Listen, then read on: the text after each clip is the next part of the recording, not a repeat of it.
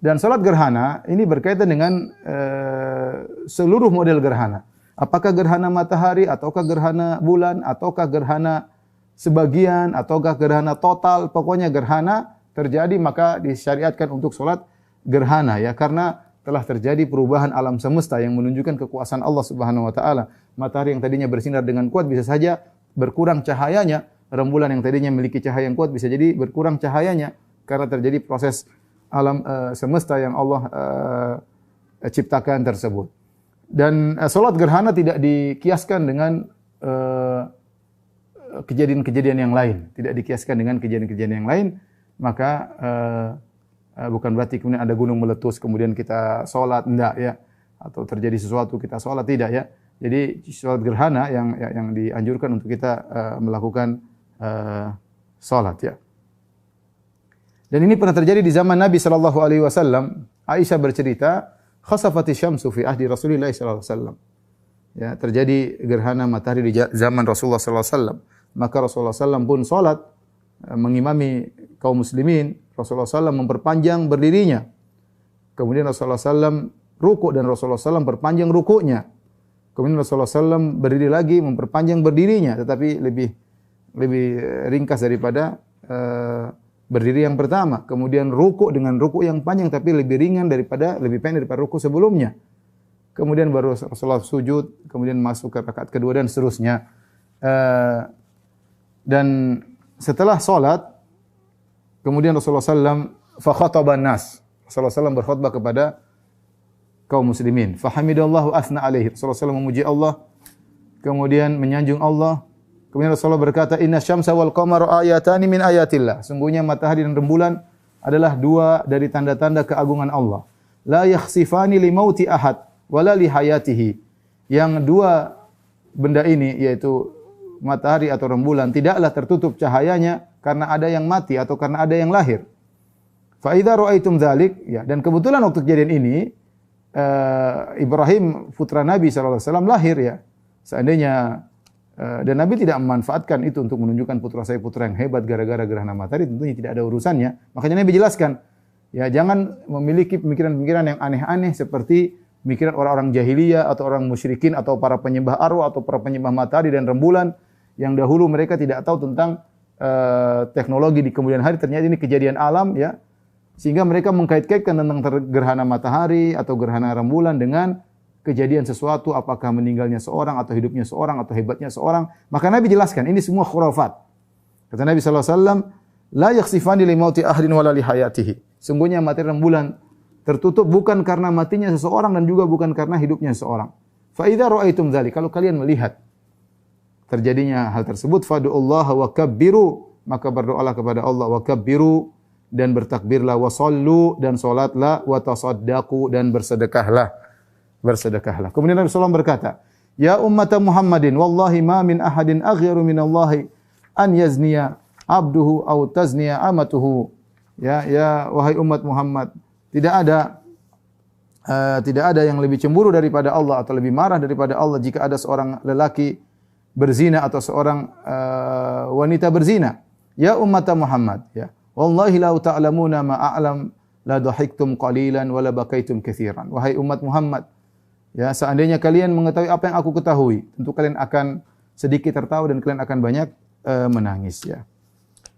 Baik, beberapa faedah yang berkaitan dengan salat gerhana. Yang pertama, saya katakan tadi salat gerhana dilakukan pertama kapan saja. Kapan gerhana, mau waktu terlarang, mau waktu kapan saja kalau terjadi gerhana maka dianjurkan kita untuk salat gerhana. Mau gerhana total, gerhana sebagian, gerhana cincin, gerhana apapun, maka dianjurkan untuk salat gerhana. Kemudian dianjurkan bagi siapa? Bagi yang melihat. Kata Nabi sallallahu alaihi wasallam, fa idza ra'aitum dzalik, kalau kalian melihat. Ya, dan ini gerhana tidak sama dengan hilal. Kalau hilal kita di Indonesia, di Papua lihat maka semuanya puasa ya. Karena menentukan masuknya bulan. Bahkan sebagian ulama berpendapat kalau di Saudi lihat satu dunia kemudian puasa ya atau lebaran, ini khilaf di kalangan para ulama. Tapi intinya tidak harus lihat semuanya, satu lihat sudah cukup. Berbeda dengan gerhana. Ya, gerhana berkaitan dengan kejadian dahsyat yang kita lihat. Kejadian dahsyat yang kita lihat. Maka tidak dikiaskan dengan masalah melihat hilal. Karena sebagian orang mengatakan, di Bandung lihat kok, ya kita di Papua juga salat gerhana. Enggak. Rasulullah SAW mengatakan, fa idza ra'aitum dzalik. Kalau kalian melihat, kita yang salat yang melihat kondisi tersebut, ya, bukan di kota lain yang melihat, kemudian kita enggak lihat. Oleh karena yang tidak lihat tidak perlu salat gerhana. Atau mungkin ketika dia dapat kabar akan terjadi gerhana, tiba-tiba terjadi mendung yang kuat sehingga tidak kelihatan sama sekali, atau hujan atau apa sehingga proses gerhana tersebut tidak kelihatan. Kalau tidak kelihatan sama sekali proses gerhana, maka tidak wajib bagi dia atau tidak disunahkan bagi dia untuk salat gerhana. Tapi kalau dia lihat kejadian tersebut, maka disunahkan bagi dia untuk salat gerhana. Taib, kemudian di antara faedah yang bisa kita ambil, adapun tata caranya maka mungkin kita bisa lakukan dengan cara salat sendiri-sendiri di rumah, ini boleh. Sunnahnya adalah salat berjamaah. Sunnahnya salat berjamaah, laki-laki maupun perempuan di masjid, ya, rame-rame, ya. Ini sunnahnya. Tapi seandainya seorang salat di rumah masing-masing, tidak jadi masalah, boleh. Salat gerhana boleh dilakukan sendiri dan dianjurkan untuk salat secara berjamaah. Kemudian cara pelaksanaannya bisa salat biasa seperti biasa, ya. Seperti biasa kita salat sunnah biasa 2 rakaat, atau kita mengikuti sunnah di mana 1 rakaat 2 kali ruku dan 2 kali berdiri. 2 kali ruku, 2 berdiri. Jadi bagaimana cara salatnya? Seperti salat biasa, Allahu Akbar. Setelah itu kita baca Al-Fatihah, kemudian kita baca surat yang panjang, ya, surat yang panjang. Setelah selesai kita ruku, Allahu Akbar, kita ruku. Setelah kita ruku yang panjang, kita bangkit, Sami Allahu liman hamidah. Sami Allahu liman hamidah, jangan sujud. Kita baca Rabbana walakal hamdu. Atau kemudian mil'us samawati wal ardi wa ma syi'ta min syai'in ba'du, dan seterusnya, atau doa-doa yang lainnya. Kemudian setelah itu kita baca lagi Al-Fatihah lagi. Alhamdulillahirabbil alamin arrahmanir rahim, sampai selesai. Kemudian kita baca lagi surat. Baca lagi surat panjang juga tapi lebih pendek daripada sebelumnya. Kalau sudah selesai, kita ruku lagi, Allahu Akbar. Setelah ruku, kita i'tidal, Sami Allahu liman hamidah.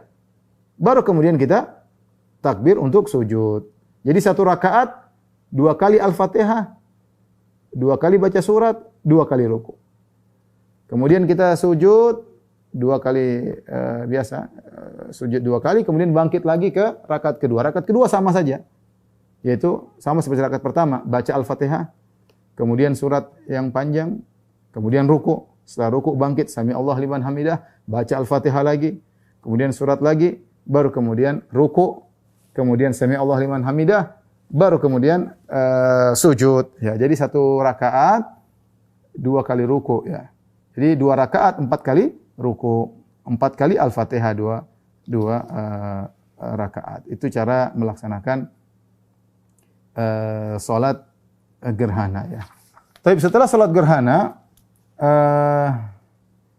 disunnahkan, ya, untuk khutbah. Ya, ini ada khilaf di kalangan para ulama, apakah khutbah atau sekedar nasihat. Ya, ada sebagian ulama mengatakan bahwasanya yang dimaksud adalah nasihat, namun pendapat Syafi'iyah mengatakan yang dimaksud adalah khutbah. Khutbah biasa sebagaimana orang berkhutbah, dan khutbahnya setelah salat. Ustaz, bagaimana kalau kita setelah salat ternyata gerhana belum berhenti? Kalau kita setelah salat gerhana belum berhenti, maka tidak dianjurkan untuk salat gerhana 2 kali, tidak. Cukup kita berdoa, berzikir kepada Allah, beristighfar, dan jangan lupa disertai dengan sedekah. Ya, Rasulullah mengatakan wa tasaddaqu, bersedekahlah. Jadi kita berzikir, berdoa, bersedekah sampai gerhana hilang. Atau sebaliknya, kita sedang salat atau gerhananya sudah selesai. Tidak apa-apa lanjutkan salat, tetapi tidak usah lama-lama. Lanjutkan salat tapi tidak usah lama-lama. Tadi sudah kita sebutkan bahwasanya wanita juga dianjurkan salat gerhana. Ya, wanita juga dianjurkan salat gerhana. Bukan hanya di rumah, mereka juga dianjurkan salat di masjid. Berdasarkan hadis Asma binti Abi Bakar, ketika dia berkata, "Ataitu Aisyah radhiyallahu anha." Kata Asma binti Abi Bakar, saudarinya Aisyah, lain ibu, ya. Aku mendatangi Aisyah radhiyallahu taala anha, istri Nabi sallallahu alaihi wasallam, hina khasafati syamsu, tatkala matahari gerhana. Fa idza nasu qiyamun yusallun, tiba-tiba orang sedang salat. Wa idza hiya qa'imatun tusalli, dan ternyata Aisyah juga sedang salat. Fa qultu malin nas, Aisyah sedang salat, Asma tanya, ada apa orang-orang kok ramai semua pada salat? Aisyah sedang salat, enggak mungkin dia jawab. Kalau dia jawab salatnya batal. Fa asyarat bi yadi ila sama. Aisyah suruh lihat ke atas, ya. Faqalat subhanallah. Dan dia berkata subhanallah. Faqultu ayatun. Oh, ada gerhana ya? Aisyah juga kasih isyarat iya. Dan ini dalil bahwasanya kalau dalam kondisi haja atau dalam kondisi darurat kita boleh ngomong sama orang yang salat, boleh. Dia lagi salat, misalnya kita ada keperluan mendesak, kita bilang jangan habis salat, tunggu dulu ya, tunggu saya pulang ya. Enggak apa-apa kita ngomong sama dia ada keperluan mendesak. Tidak jadi masalah ya. Asalnya jangan ajak ngomong orang sedang salat karena dia sedang konsentrasi berhadapan dengan Allah Subhanahu wa taala. Tapi kalau dalam kondisi mendesak kita boleh ngomong dengan orang tersebut sebagaimana Asma berbicara dengan Aisyah tapi tidak boleh dijawab. Aisyah cuma kasih isyarat ya. Ini dalil bahwasanya wanita boleh salat gerhana di masjid. Hanya saja Imam Syafi'i rahimahullah berkata dalam kitabnya Al-Um, la akrahu liman la hay'ata laha minan nisa la lil ajis wa lil sibyah syuhuda salatil kusuf. Kata Imam Syafi'i, tidak mengapa bagi wanita tua atau anak-anak, wanita masih kecil ya, untuk ikut serta salat gerhana di masjid ma'al imam, bersama imam. Bal uhibbuha, bahkan aku menyukai jika mereka ikut hadir salat berjamaah. Ya. Adapun yang memiliki bentuk yang menarik atau cantik atau yang lainnya, kata Imam Syafi'i, wa ahabbu ilayya lidzawatil hay'ah an yusallinaha fi buyutihinna. Adapun wanita yang cantik atau membuat tertarik orang, maka hendaknya mereka salat di rumah, jangan ikut berjamaah.